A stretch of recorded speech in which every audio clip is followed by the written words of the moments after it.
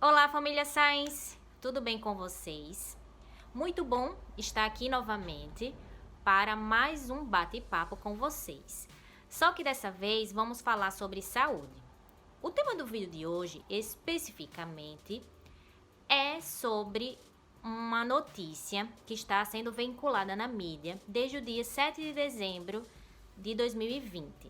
Achávamos nós que a questão da pandemia da Covid-19 estava sendo suficiente para levarmos esse ano meio conturbado, turbulento, que foi o ano de 2020.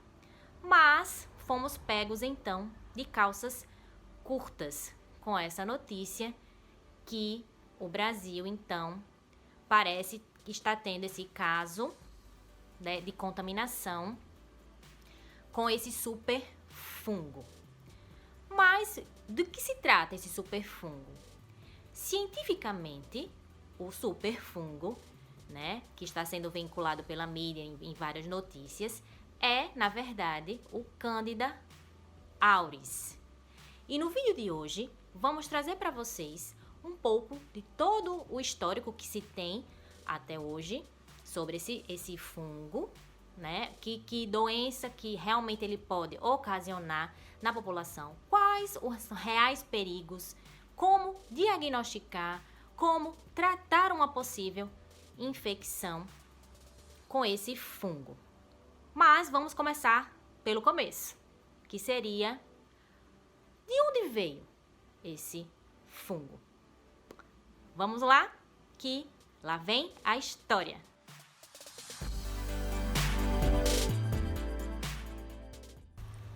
O fungo Candida auris foi descrito pela primeira vez no ano de 2009, após ter sido encontrado no canal auditivo de um paciente japonês na Coreia do Sul, sendo aí isolado e identificado. Alguns anos mais tarde, ele apareceu no Japão e começaram a surgir surtos pontuais na Índia, África do Sul, Venezuela, Colômbia, Estados Unidos, Reino Unido e Espanha. Segundo dados da Anvisa, o primeiro surto na América Latina foi detectado em Maracaibo, na Venezuela, nos anos de 2012 e 2013, afetando aí 18 pacientes, 13 deles sendo bebês. O maior surto ligado ao Candida auris ocorreu em 2015 no Reino Unido, na cidade de Londres, onde 22 pacientes foram infectados e outros 28 colonizados. Nessa ocasião, a especialista em doenças infecciosas, Joanna Rhodes, do Imperial College London, recebeu uma chamada de emergência de um hospital nos arredores de Londres. 2 pacientes tinham uma infecção que parecia resistente a remédios e estava se espalhando pelo hospital sem que ninguém entendesse como. Até aquele momento, a comunidade científica praticamente não havia ouvido falar do Candida auris. No hospital, havia 2 pacientes infectados com o micro-organismo, mas não parecia algo muito sério, até que perceberam que o fungo havia se espalhado pelas paredes, móveis e por toda a superfície do local. Em 2016, tivemos o surto de Cartagena, na Colômbia. 5 casos de infecção foram identificados, sendo analisados como 3 fungos de outra espécie, até conseguirem um método mais moderno de análise e diagnosticar o patógeno corretamente como Candida auris, mostrando dessa forma como o micro-organismo é difícil de identificar. Então, a OPAS, braço da Organização Mundial de Saúde para a América Latina e o Caribe, publicou um alerta recomendando a adoção de medidas de prevenção e controle por causa de surtos relacionados ao fungo na região. Aqui no Brasil, portanto, no ano seguinte, em 2017, a Agência Nacional de Vigilância Sanitária, Anvisa, emitiu um comunicado de risco relatando surtos de Candida auris em serviços de saúde da América Latina. descrevendo o fungo, portanto, como ameaça à saúde global. E para nossa surpresa, nem tanto, no dia 7 de dezembro de 2020, surge o primeiro caso de infecção pelo fungo Candida auris aqui no Brasil. O micro-organismo foi identificado em uma amostra de ponta de catéter de um paciente internado com Covid-19 em uma unidade de terapia intensiva para adultos na Bahia. A análise foi confirmada pelo Laboratório Central de Saúde Pública Professor Gonçalo Moniz, em Salvador, e pelo Laboratório do Hospital das Clínicas da Faculdade de Medicina da Universidade de São Paulo, USP. A Anvisa está dando respaldo na investigação do caso, já que as análises mais específicas para a confirmação do caso estão sendo realizadas no Laboratório Especial de Micologia da Escola Paulista de Medicina. Visto então o histórico do Candida auris, vamos entrar agora nos detalhes, nas minúcias biológicas desse fungo. Vamos então agora saber um pouco mais sobre a histopatologia do fungo Candida auris.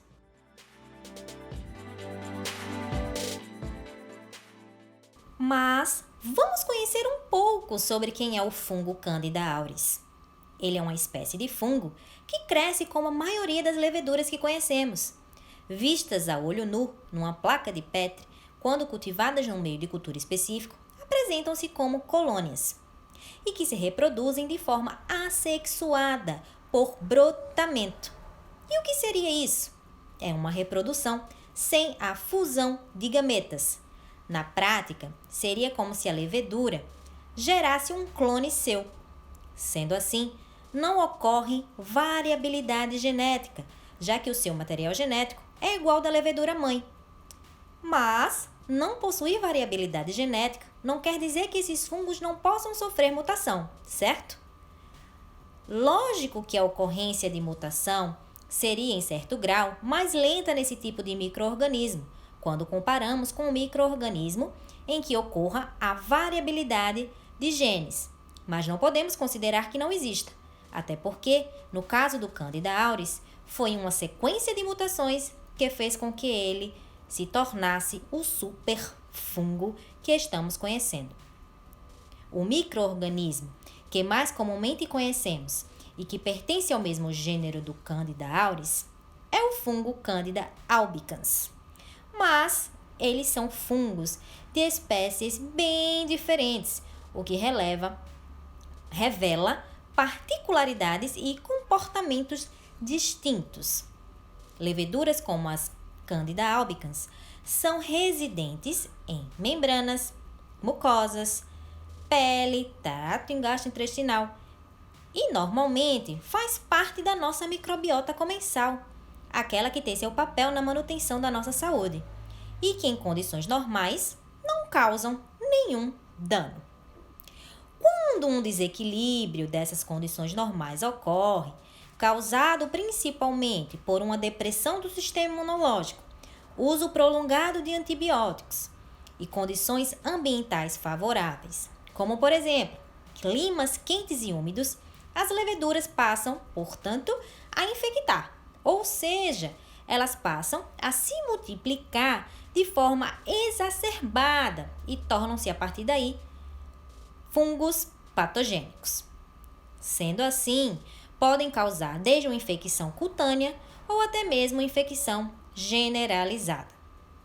Quando passam a invadir os tecidos mais profundos, como o sangue, podem promover uma infecção sistêmica, essa muito mais grave, que pode assumir caráter fatal.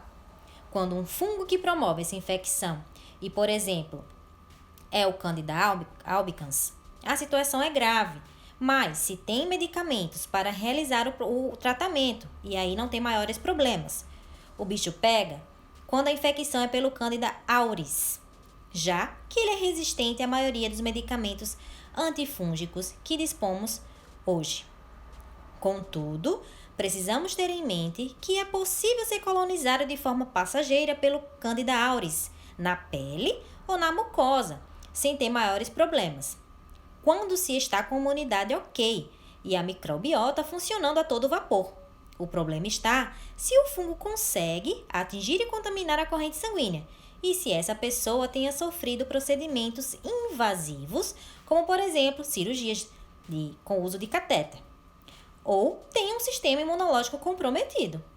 Pacientes internados em unidades de terapia intensiva por longos períodos e com uso prévio de antibióticos ou antifúngicos também são considerados grupos de risco para a contaminação. Vamos falar agora o porquê esse Candida auris é considerado um super fungo. Para explicar essa questão, a gente vai ter que entender que ele adquiriu a resistência a medicamentos.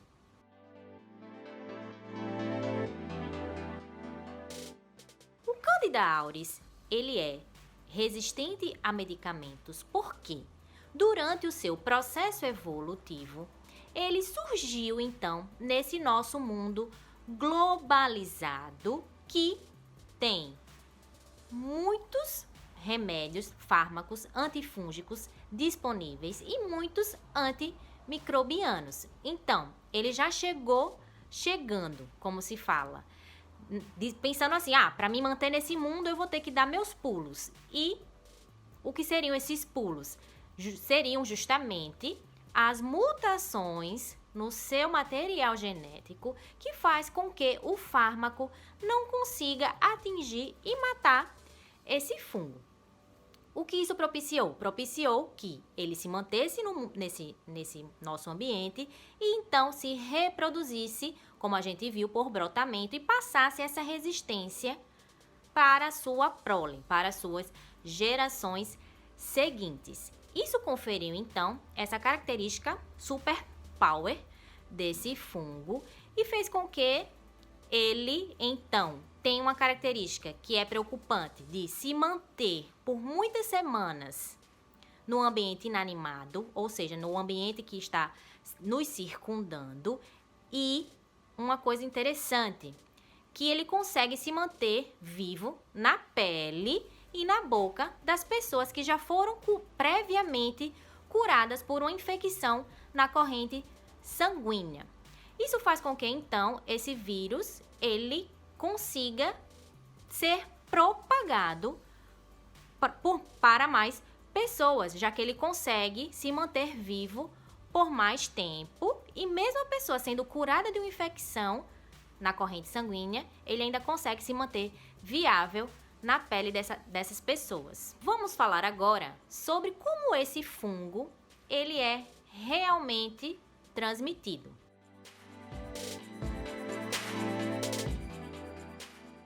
A transmissão do Candida auris, que se tem hoje, assim, segundo a Anvisa, não existe um modo ainda, um crivo para dizer, se transmite dessa forma, já que os surtos que ocorreram foram localizados em hospitais.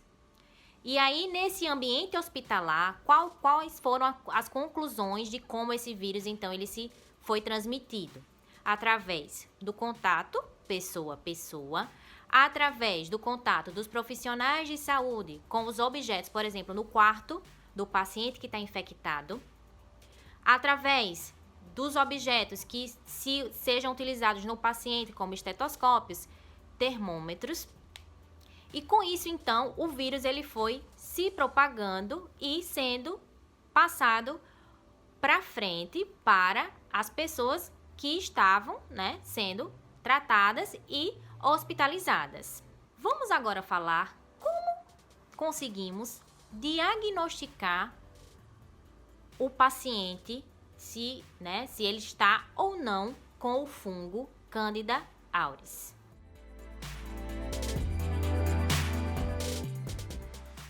O diagnóstico do Candida auris, ele é, de certa forma, criterioso e delicado.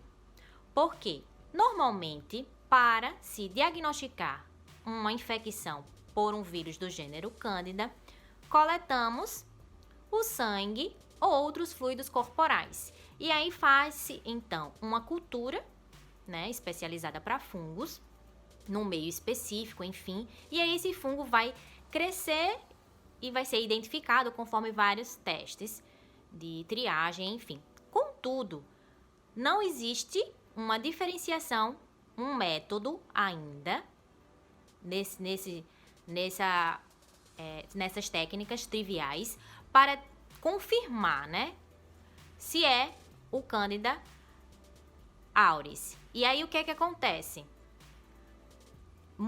Algumas pessoas podem estar infectadas com ele, mas não é confirmado por essas técnicas triviais. E aí como é que consegue então diagnosticar esse fungo? Existem duas formas de diagnosticarmos o Candida auris. A primeira seria por sequenciamento do material genético, ou seja, pegar regiões específicas do DNA desse fungo e identificar numa máquina denominada sequenciador. E a segunda forma é uma técnica denominada de MALDI-TOF. Mas do que se trata essa técnica MALDI-TOF? Vamos lá conhecer um pouquinho dessa técnica.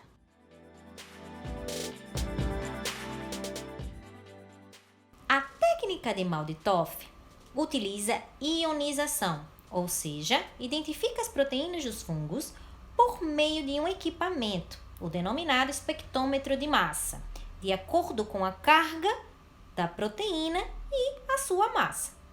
Amostras do fungo são coletadas e colocadas em uma matriz e, em sequência, numa placa de análise.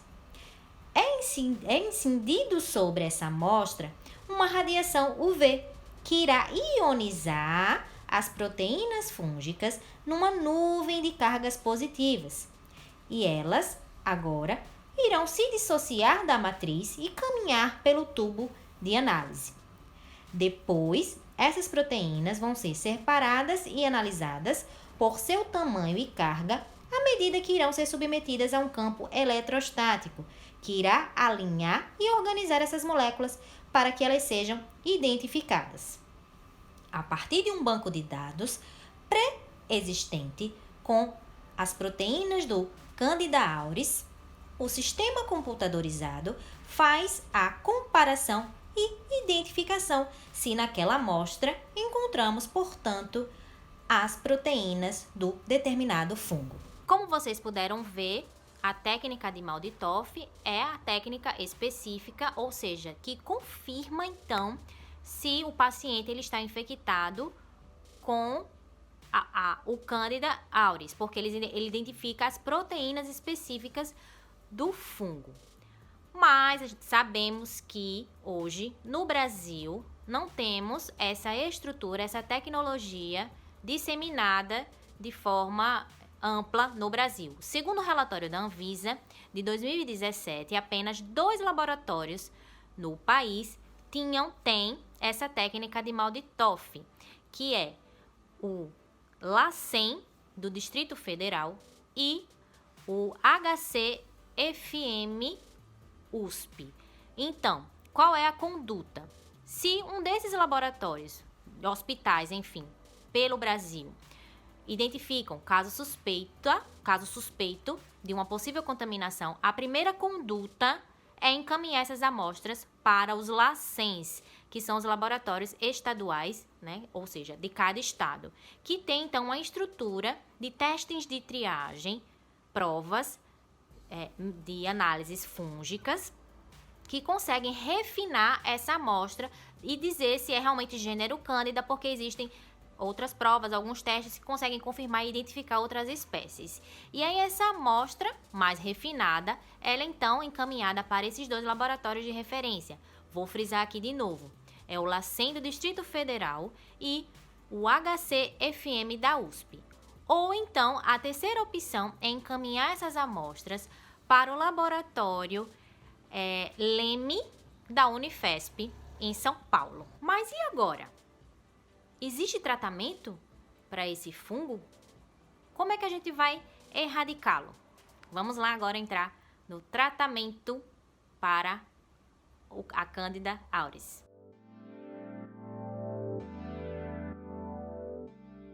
O tratamento, para exterminar o Candida auris é, de certa forma, difícil de ser aplicado. Por quê? Porque 90% dos tipos de Candida auris que foram identificados até hoje tem resistência a pelo menos uma das classes de antifúngicos. Temos 3 principais classes, então 90% deles são resistentes pelo menos a uma e 30% a pelo menos 2 ou mais. Ou seja, o cerco vai se afunilando com as opções de fármacos que realmente conseguem matar, exterminar esse Candida auris. Contudo, naquele surto que a gente mencionou aqui, que foi em Londres, em 2015, eles conseguiram, sim, erradicar. Foi difícil, mas conseguiram erradicar, tomando medidas, protocolos de tratamento, né, específico com as drogas que o fungo ainda não apresentava resistência por períodos prolongados, questão de isolar a área, né, no hospital, ter o cuidado dos profissionais que estão manuseando aquele paciente, bem como os objetos que entram em contato com os pacientes, toda a aplicação de um protocolo de isolamento, restrição de áreas, para que se consiga, então, matar e erradicar o quanto antes esse fungo. E para finalizarmos o vídeo de hoje, vamos agora fazer um alerta.